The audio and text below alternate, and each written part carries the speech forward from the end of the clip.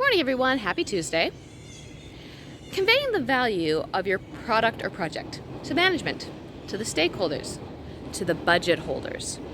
How do you construct a narrative? How do you make sure your narrative is robust enough to potentially survive a budget cut, to be one of the few left standing?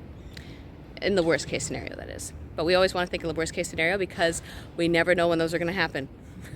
So I have 5 things to weave in, points to check off to make sure that you have a decent narrative that's sticky and will convey value.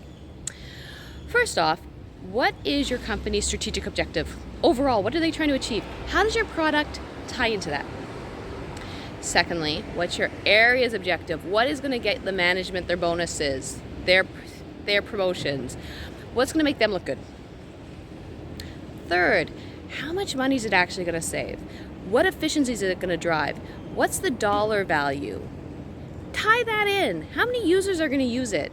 Make sure you have hard numbers. Fourthly, cut out the jargon.